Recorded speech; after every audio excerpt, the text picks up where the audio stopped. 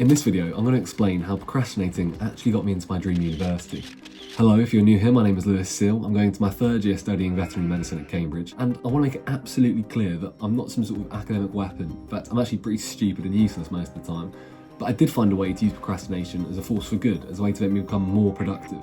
And if you're interested in doing the same thing, then I suggest you stick around. Okay, so there are millions of videos all over YouTube with the aim of destroying procrastination and making you some sort of productivity machine. And if that's what you want to go for, by all means, go for it, you can do it. But there was a principle I used throughout sixth form, and that was Parkinson's law. So what does Parkinson's law state then? Well, it says that work expands to fill the time. Parkinson goes on to talk about an analogy of two people writing the same postcard. One person going to write this postcard has all the time in the world. And because of that, maybe they can afford to go spend an hour trying to find the perfect postcard, the postcard that matches up to the person best. They might then spend another hour trying to find the right address and get sidetracked along the way because they don't have to find the address immediately. And then they might spend another half an hour or another hour actually writing the postcard itself. They spend enough time trying to make this the perfect postcard because they've got so much time they can afford to do it. Someone who's much more busy though might be able to do that same postcard in just 3 minutes. They might be able to find the postcard, they say that one will do, they write the letter, it fills everything they need to say, quickly get the address, and bang, they've got it sorted. Of course, let's not kid ourselves here. The person who spent 3 hours is going to have a better postcard. That's quite obvious to state.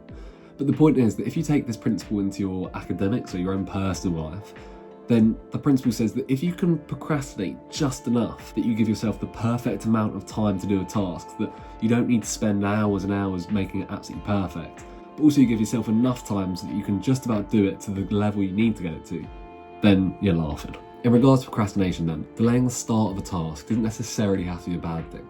Now this shouldn't be misinterpreted as doing everything in the least amount of time possible at the cost of quality, nor does it mean leaving everything to the last minute. But what it does tell us is not to work beyond what's needed. The aim of the game here is to apply the minimum input for your maximum output. I'm going to be a bit of a neek now and use a graph to try and illustrate the point. If the x-axis is time spent on the project or the task or whatever you're trying to do, and the y-axis is quality, let's say, then at the start, there's only very minor improvements in quality. Then it starts ramping up pretty rapidly until eventually any more time, any further along the x-axis, doesn't actually see any improvement on the y-axis. We get a far better outcome if you put 40 minutes of time compared to 1 minute. But after a while, as the graph goes further and further and further along the x-axis, eventually that stops, and spending 5 hours on the task is only fractionally better, if any better, than actually spending just 50 minutes. And that is what Parkinson's law can show us about procrastination if done right. I'll use an example of what I might have done back in sixth form, for example. Let's say you've been set some questions. You've been set 20 questions you need to get done for a textbook, and you've got them due the next day.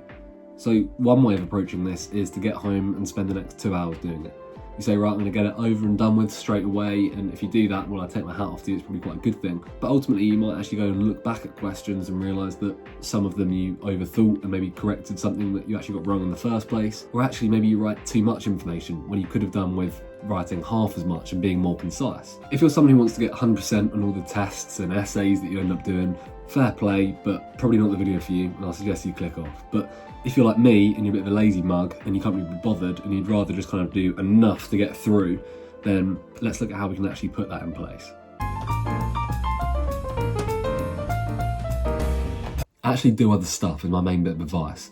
The times I've found it easiest to get stuff done is when I've had such a goddamn busy schedule, I don't have time to sit around like bread. I actually have to get on with my work and try and get it done. In fact, the people I know at uni who are the most productive are the ones who seem to always be doing sports practice or going to the pub, and you know who you are. If you have such a packed schedule, then you create such a sense of urgency that any sort of procrastination just feels completely wrong. You can't bring yourself to do it because you don't have time. If you carve out 4 hours to get a load of work done, then you realise you can't actually work for 4 hours, and instead you just procrastinate for a few of those hours and then do just as much work as you would have done if you just set aside 2 hours to that time. So I think it's really important that you don't drop everything else in the name of studying, because if you do that, then you're just going to fill up the time that you previously used with extracurriculars and societies and sports and just put that time into doing nothing, which is completely useless. In fact, I'd actually encourage you to take up more societies, more things to do, because by doing that, you're going to make tighter time slots where you have to try and fit more in, and ultimately you'll create natural deadlines and borders where you have to be more efficient with your own time.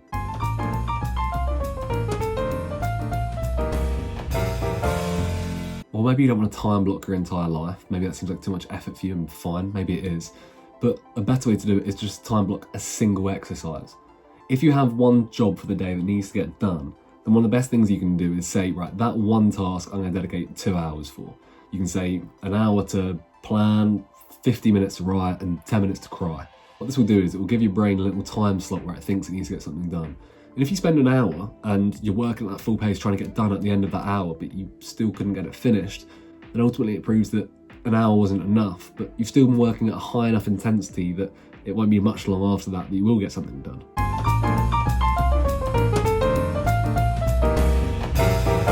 This whole system of delaying tasks until you've got the optimal amount of time only works if you get the big stuff done first. If you do a load of small little tasks and then you decide to finally pull your finger out, you might realise that you actually don't have enough time to do the big job you saved till last, and suddenly you're back to square one and you're getting slammed dunk by procrastination. This might mean that you leave a couple of stuff to do before you handle your big job of the evening, and then when it's time to step up to the plate and get that done, you only give yourself 45 minutes, and that means that you actually have to be working at a good enough level as if you don't want to completely flunk it. While obviously it's great to strive for excellence, if you go for perfection, then it can just be procrastination in disguise. Because instead of actually just trying to move on from the task and you've set your time aside, that's good, you decide you're actually going to keep on refining it. You're going to keep making it better and better, when if we look back at that graph we used from earlier, clearly putting in all that extra time isn't actually going to return that much benefit for you. That's not me trying to kill anyone's dreams by saying don't ever go above and beyond.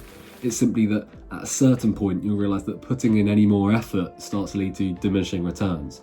And you're better off trying to recognise that and realise that actually when you've got so much other trash that needs to get done, you might as well stop doing that task and move on to something else. If procrastination is just the way we escape, then maybe the answer isn't more discipline, it's just to live a life that you wouldn't want to escape from. If you love playing football, doing drama, going to the gym, getting pissed at the pub, then actually if you do all of that anyway, then you won't have time to just not do the jobs or not do the tasks. Like, you can't afford procrastinate because you've still got so much other stuff you're trying to do. If you know you're going out at 6, but you've got something you need to get done for the next day, but you've only got an hour to get it done, then that hour is going to be like one of the most productive hours you've ever had in your life, because you don't have time to not do it. Remember, what I'm trying to promote here is using procrastination as a tool for efficiency rather than an excuse for avoidance.